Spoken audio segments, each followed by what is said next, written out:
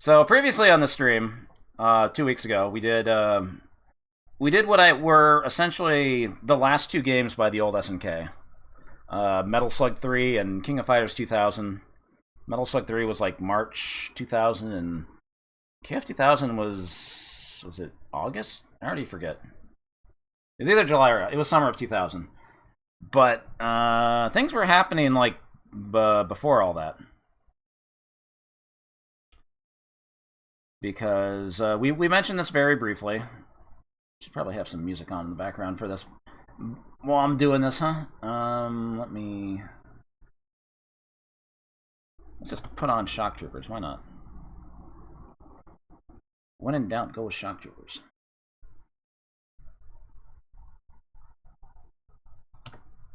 Where is it?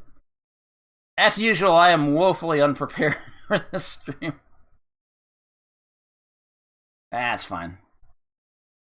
Y'all are used to this unprofessionalism. Alright, so. Whoa, that was loud. Shock Troopers jump scare. In the, I guess it was, yeah, January of 2000. We already mentioned this. Aruze had bought out SNK as like a they just kind of like took over the company. They were supposed to provide like yeah, fucking Pepsi ass logo. Supposed to provide funding for SNK to keep doing their thing, but it didn't go that way at all. And a lot of people within the company kind of saw this as being like as being the end. And that's why they put like everything into Metal Slug 3 and KF 2000, because those would be like, I guess, the last two games by the old SNK. And so by early 2000, it was already clear that things would not be the same at SNK. Details get a little spotty from here, but from what I have read, it seems like a lot of developers kind of like just fucking scattered to the wind. They went out. They found things to do at other companies. Like there's. Well, we know what happened to one person. Let's talk about a couple people. Like one of the people that gave a lot of the SNK artwork. That character, of course, was good old Toshiaki Mori, better known to the internet as Shinkiro. He ended up leaving SNK, took a job with Capcom.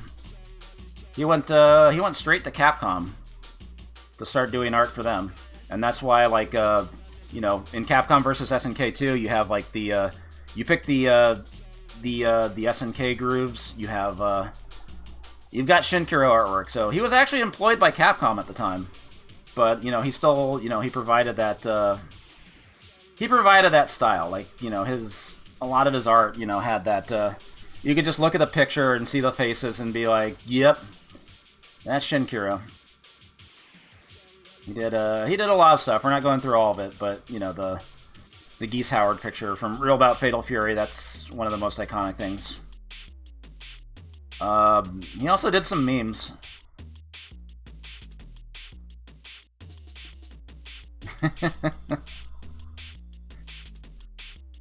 Yeah, it's kind of fucked up to think he's been at Capcom longer than he was at SNK. Like, he still does stuff for them. Maybe not as prolific, because Capcom hasn't been putting out as many games as SNK did in the 90s, but he's still there. Like, it always, I don't know, it just feels kind of weird when you see like a picture of like this Ultra Street Fighter 4 picture, and you just see all these Street Fighter characters done by Shinkiro. Like, I know it's been so long, but I still think of Shinkiro as SNK.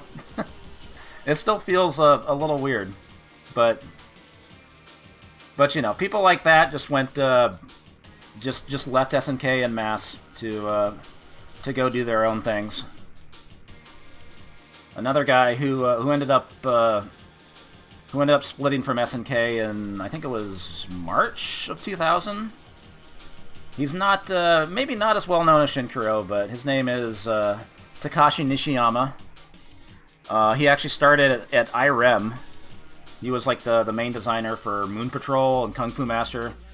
Then he went to Capcom in the mid '80s. Did some games for them. Did the original Street Fighter. He was the director on the original Street Fighter. We might not have had Street Fighter without him. Yeah, also known as Piston Takashi. And then he was with SNK through like pretty much all of the '90s. He was the one of the designers for the original Fatal Fury and a lot of the fighting games from like '94 to '99. So he ended up leaving SNK. He formed a company called Dimps. You can't say the name Dimps without laughing. It's kind of a goofy name. He actually founded another company that was that stayed in Osaka, but then they renamed themselves to Dimps. And he brought in some other folks from SNK. There was God, what's his name? Hiroshi Matsumoto, I think that was it. He worked on a lot of SNK stuff, and Dimps they did some stuff like Demolish Fist and Rumblefish 2. They got into Atomic Wave stuff. And then they made like a bunch of Dragon Ball games, bunch of anime games, and then it all culminated with Capcom gave them the. I'm just gonna use this picture again. Capcom gave them the keys to Street Fighter 4. They were actually the main developers for Street Fighter 4 and Super, Arcade Edition, Ultra, all that. So it's kind of wild. Nishiyama went from being at Capcom, going to SNK, then forming a company that got to work on Street Fighter again. Like it all comes full circle.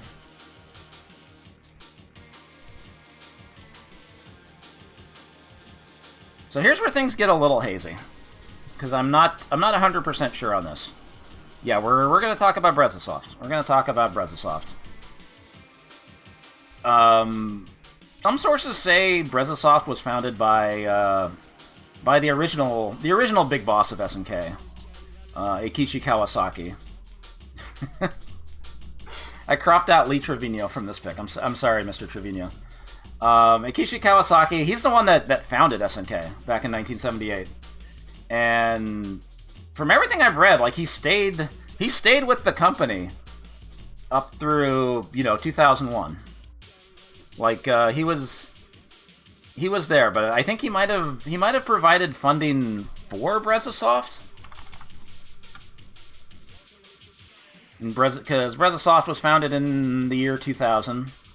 They ended up making a what was supposed to be like a successor to the Neo-Geo MVS.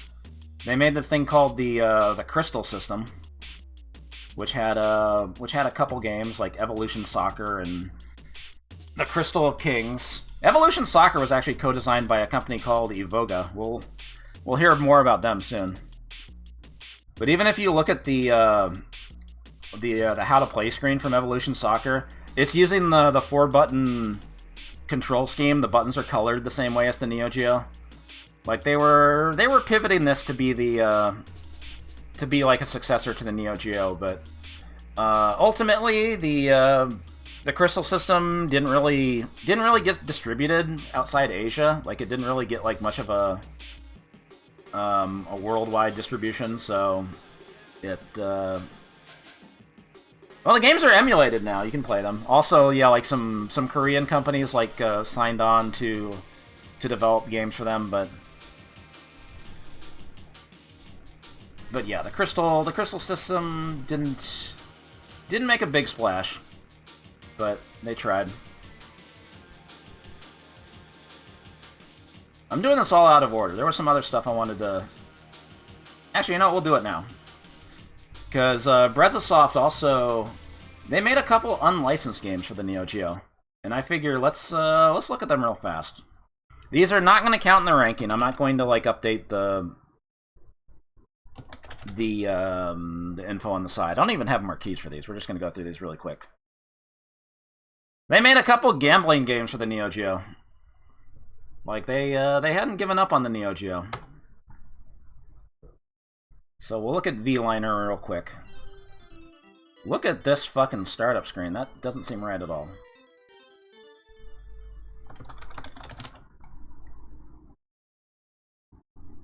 It runs on Neo-Geo hardware. It's just a slot machine. It's just video slots. Yeah, I know, right? It looks pirated. It's got like a different button configuration too. Like it's got more than 4 buttons. All right, let's put in some credits. I got 50 credits. Oop. What are the buttons again? Bet. Oh yeah. Oh, that's max bet. Come on, baby, come on. Oh, I have to hit stop. How do I hit stop? There we go.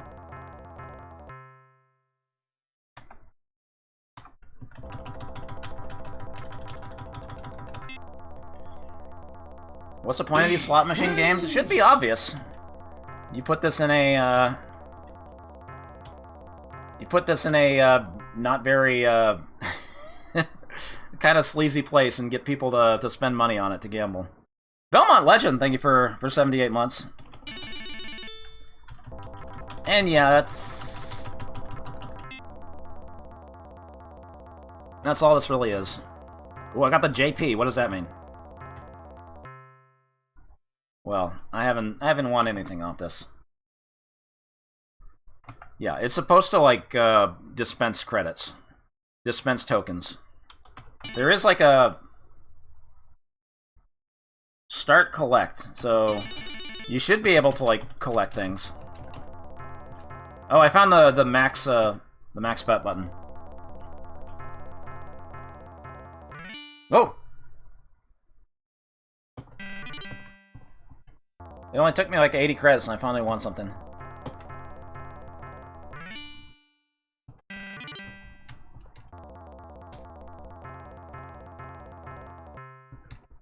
Yeah.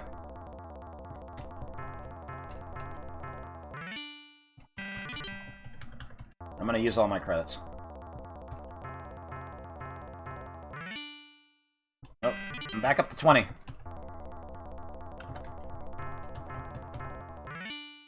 I got 40 back. Okay, never mind.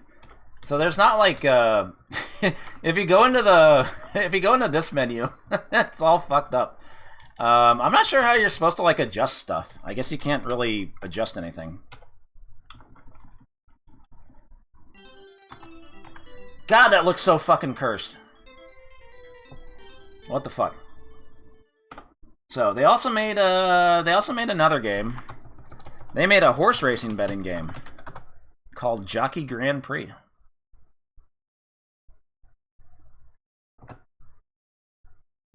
Also distributed by Sun Amusement, which I believe was it a Korean company?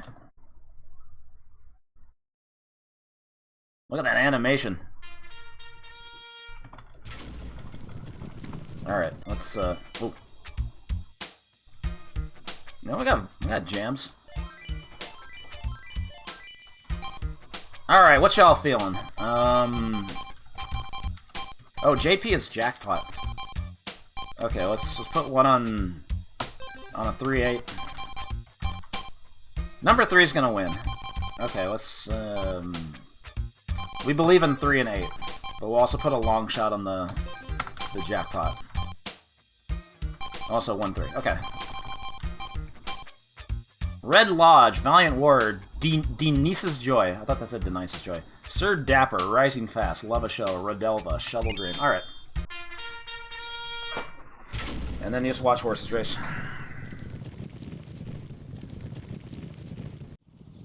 Oh, look at that camera angle. Come on, number 3. Come on, number 3. Oh. Come on. Come on. I think we got it. Yoko loses. We didn't have a 3-7 though. We had 3. Policy, thank you for the 71 months. I got my money back. Sick. Where's the, is there a... How do I cash out? Wait, can you not cash out?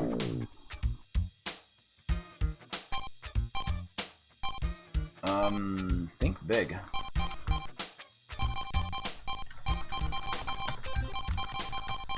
Okay,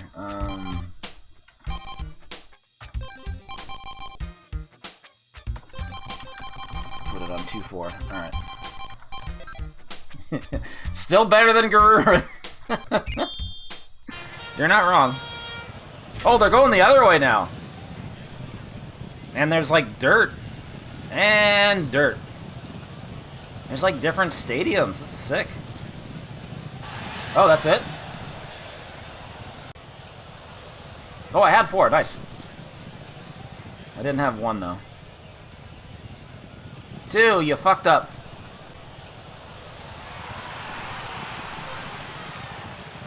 Yeah, it's only for amusement only. Do we have any options here? No, we don't. Whoa. That's the leftover timer. They didn't scrub everything out. Damn, I had it at FFFF. I can't get it back out. Nope. That's all that's in there. There's nothing else in like the dip switches.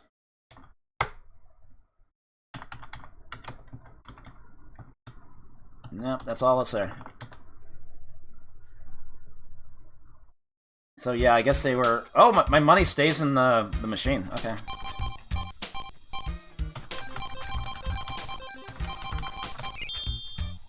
I wonder if the jackpot ever pays out. Once in like every 5,000 credits or something. I don't know. I think if you put this in a multi-slot Neo-Geo, like, it's never going to, like, go to the next game. I think that's how it works. Damn. Like, number 1 just shot through at the end. Lose!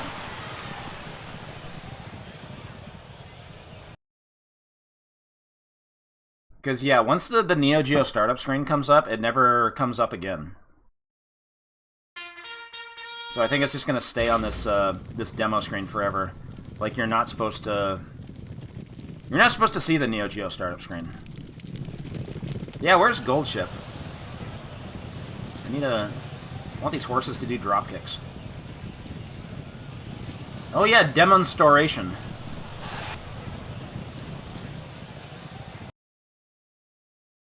Yeah, see, it's just gonna stay on this forever. So you could put it in a multi-slot, but it's never gonna go to the next game unless you have like a.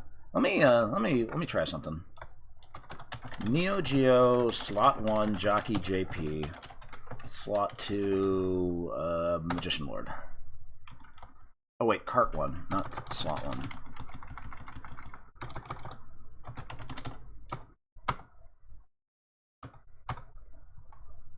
Hopefully it has the button mapped.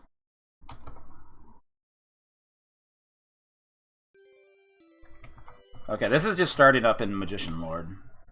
So it'll play Magician Lord's demo. I'm just speeding this up. And then it goes to Jockey Grand Prix. And I think it's just gonna stay here forever. Unless you have a select button. Which yeah, what Shingen said. By default you usually need a credit in the machine. Unless you do this. Oop.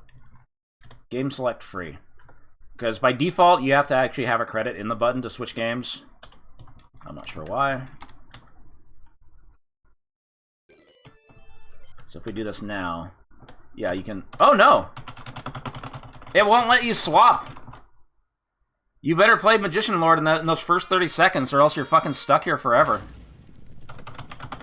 My buttons don't work. Trapped for eternity. In horse racing hell. So yeah, obviously these carts were were not intended to be played in a multi-slot cabinet.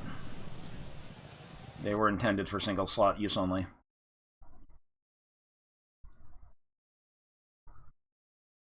But yeah, that's a brief history of Brezzasoft. Since they we wanted to look at these games real fast because they were released on the Neo-Geo in the year 2001. I don't think we have like exact release dates for these, but